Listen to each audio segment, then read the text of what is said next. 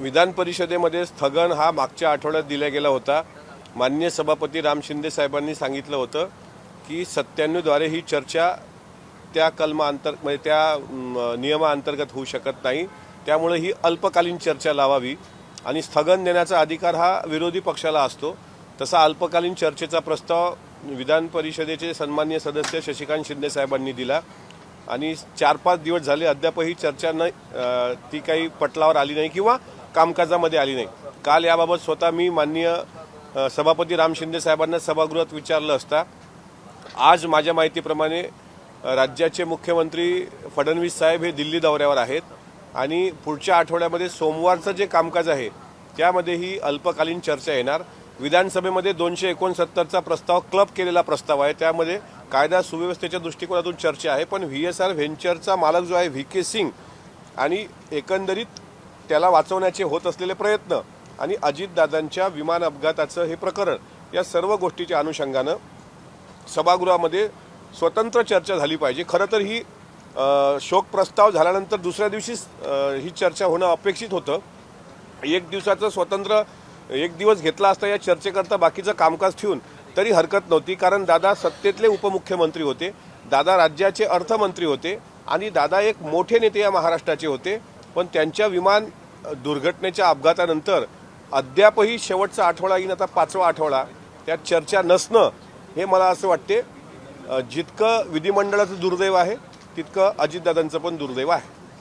रोहित पवार असं म्हणाले की आज 12 वाजता स्थगन प्रस्तावाची चर्चा होण्याची शक्यता आहे, पण जर चर्चा झाली नाही तर कोणीतरी सत्तेतलाच व्यक्ती जो आहे तो या प्रकारे त्याची शक्ती लावत आहे असं त्याचा आरोप। असं आहे, ते विधानसभेचे सदस्य आहेत, त्यांना आरोप करण्याचा पूर्ण अधिकार आहे।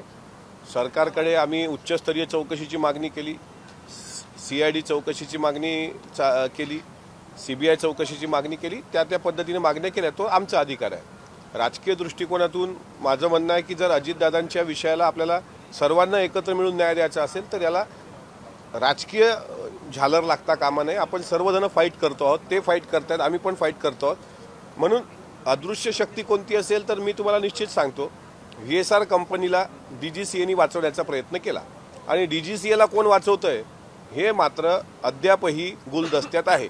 त्याच्याकरताच ही चर्चा सभागृहात होणं महत्त्वाचं आहे। काल मला काही लोकांनी विचारलं की कशाला सभागृहात चर्चा घडून आणता, म्हटलं तुम्ही मेला असता आणि असं जर मी विचारलं असतं तुमच्या पत्नीला की जाऊ द्या तुमचा नवरा मेला आहे आता कशाला चर्चा हे करताय, तुम्ही काय बोलला असता। त्याच्यामुळे असं विचारणाऱ्यांच्या बुद्धीची मला पण कीव येते। एक अजितदादांसारखा नेता गेल्यानंतर 5वा आठवडा निघतोय पण चर्चा होत नसेल तर हे दुर्दैव आहे। ही चर्चा झाली पाहिजे आणि अधिवेशनात जर चर्चा झाली नाही तर महाराष्ट्र रस्त्यावर उतरेल एवढं मात्र नक्की सांगतो।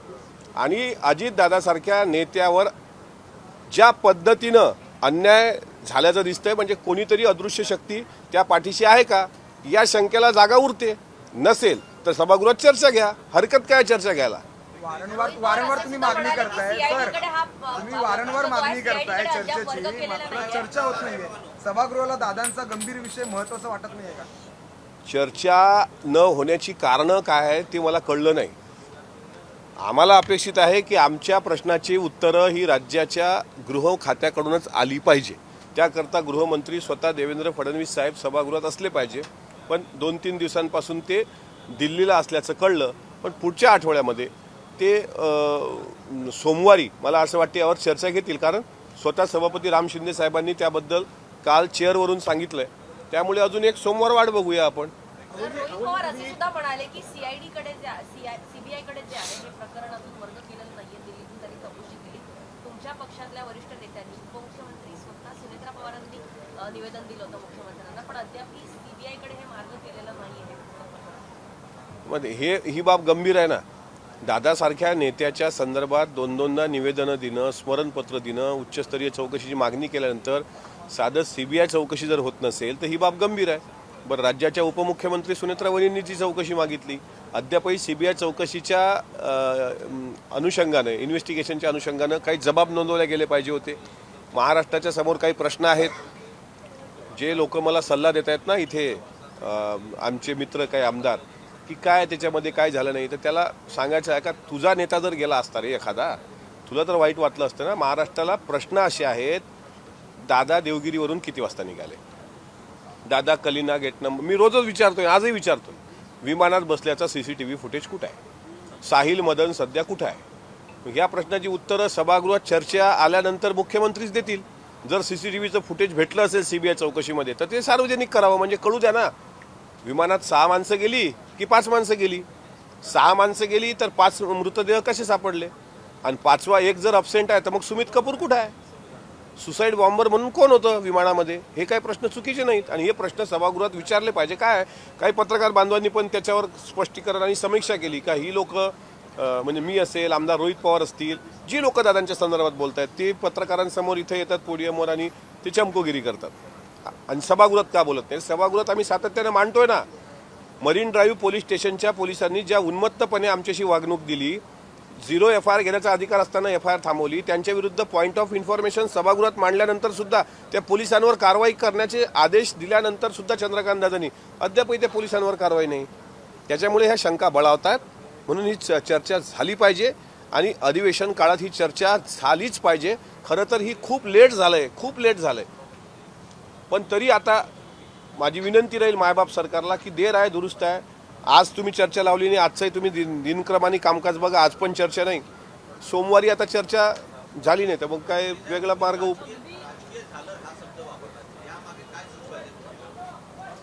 असं आहे का? VSRच्या चुकीमुळं आता त्यांचे 5 फ्लाय रद्द केलेत का नाही? VSRचे अधिकारी चुकलेत हे DGCAनी पण सांगितलंय. मग त्याला वाचवतोय कोण? त्याचा FIR का नाही घेतला गेला? मग याला राजकीय झाला नाही तर काय आहे? आम्हाला हा शंका येते आणि ज्याच्या मनात ही शंका आहे तो प्रश्न विचारणार आहे. सभागृहात विचारण्याकरता आम्हाला सभापतीची परमिशन घ्यावी लागते, खालच्या सभागृहात अध्यक्षांची परमिशन घ्यावी लागते आणि त्यांनी परमिशन दिल्याशिवाय आम्हाला बोलता येत नाही. जरी तुम्हाला आम्ही वाटत असेल की आम्ही चमकोरी करतोय, मीडियासमोर येऊन आम्हाला टीव्हीत आणि चर्चेत राहायचं आहे, तर त्यांना सांगायचं आहे मला की आम्हाला सभागृहात बोलावं वाटतं, पोटतिडकीनं वेलमध्ये बसावं वाटतं, पण अर्थातच त्याला नियमानुसार बाहेर बोलणं वेगळं आणि नियमानुसार सभागृहाच्या आत गेल्यानंतर सभापतींच्या परवानगीशिवाय आम्हाला काही करताच येत नाही. त्यामुळे सभापती परमिशन देतील तर आम्ही हा प्रश्न विचारू. महाराष्ट्राच्या जनतेच्या मनात, सामान्य लोकांच्या मनात जे प्रश्न आहेत ते प्रश्न कोण विचारेल का नाही मला माहीत नाही, पण हे कामकाज होण्याच्या अगोदर मी मात्र विधान परिषदेत विचारणार. त्याची काही किंमत मोजावी लागली चालेल, पण मी विचारणार. अगदी शेवटच्या म्हणजे सोमवारी ही चर्चा घेतली जाते, अगदी शेवटचे 2 दिवस उरलेले असताना ही चर्चा होते. अगदी घाईघाईने आटपण्याचा हा प्रयत्न दिसतोय का तुम्हाला? असं आहे की ही चर्चा मी सांगतो की अधिवेशन सुरू झालं त्याच्या दुसऱ्या दिवशीच होणं अपेक्षित होती. आम्ही पहिल्या दिवशी म्हटलं होतं शोक प्रस्तावाच्या वेळी की एक वेळ आपल्या सभागृहाचं कामकाज थांबूया, आपण सगळी कामं लक्षवेधी आहे हे एखाद दिवशी आपण मागं पुढं करूयात ना, पण अजितदादांच्या विमान अपघातावर चर्चा घडून आणूया. आता सोमवारी चर्चा लावली, समजा 97ची चर्चा सकाळी 10 वाजता लावली. आपल्या म्हणण्यानुसार सकाळी 10 वाजता किती सदस्य उपस्थित असतात, किती कॅबिनेट मंत्री उपस्थित असतात, किती सचिव उपस्थित असतात? मग उत्तर कोण देणार? म्हणजे त्या चर्चेमध्ये जे उपस्थित सभागृहाची संख्या ते 3 आणि 4 लोक बोलतील.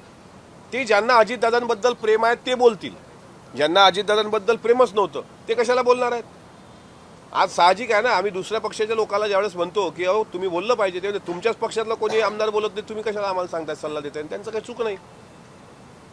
म्हणजे हे सगळ्या गोष्टी अगोदरच व्हायला पाहिजे होत्या. पण जर ते सोमवारी चर्चा आली आणि अल्पकालीन चर्चा जर सकाळी 10ला हाऊसमध्ये लागली तरी त्या चर्चेला का म्हणजे मला असं वाटतं की त्याला वेटेज येणार नाही. ती दुपारच्या सत्रात लागायला पाहिजे, सर्व मंत्री असायला पाहिजे, राज्याचे मुख्यमंत्री असायला पाहिजे, त्याच्यानंतर ही चर्चा जर झाली. माझं म्हणणं आहे सोमवारचं आता सोमवारी बघा कामकाज कसं आहे. सोमवारी निरोप समारंभ आहे. सोमवारी निरोप समारंभ असल्यामुळे दुपारी 2 नंतर सगळं निरोप समारंभ ते कार्यक्रम 2च्या अगोदर तुमचे बिलं असतील किंवा काही लक्षवेधी असतील किंवा प्रश्नोत्तराचा तास असेल हे संपून जाईल. म्हणजे 2 नंतर निरोप समारंभ, मग फोटो सेशन, मग आला मंगळवारी कामकाजच उरणार नाही काय? मग झालं नाही, चर्चा संपली ना. हे काय चाललंय इतक्या शिथापीनं, इतक्या म्हणजे चर्चा कोणाला ही करावी वाटली नाही. आज नाही सांगत साहेब, पण एक दिवस महाराष्ट्राची माती हे विचारणार आहे की ज्या अजितदादांनी 40 वर्ष आपल्या जीवनाचे या विधिमंडळाचं सदस्य म्हणून कामकाज केलं, राज्याला शिवशाहू फुले आंबेडकरांचं एक व्हिजन दाखवण्याचा प्रयत्न केला, यशवंतराव चव्हाण साहेबांचा वारसा दाखवण्याचा प्रयत्न केला, त्या अजितदादांच्या विमान दुर्घटनेनंतर त्या माणसाबद्दल जर एक चकार शब्दही सभागृहात पूर्ण अधिवेशनात निघत नसेल, बरं अधिवेशनाचा कार्यकाळ दादाचा विमान अपघात 28 जानेवारी आणि मार्च महिन्यात अधिवेशन, म्हणजे ताजंच आहे ना हे सगळं. मग याच्यावरून विचार करा. मी कालही बोललो, आजही, की जे आता मंत्री आहेत, जे आता राज्यमंत्री आहेत, जे आता मोठ्या पदावर लोक आहेत, त्यांच्याकडं देव करू त्यांचं आयुष्य 100 वर्ष त्यांना लागो, पण दुर्दैवानं काही चुकीचं घडलं जीवनात आणि सभागृहात चर्चा झाली नाही तर त्यांना वाईट नाही वाटणार? परिवाराला, आम्हाला परिवारातली लोक आहोत, आम्हाला वाईट वाटणं साहजिक आहे.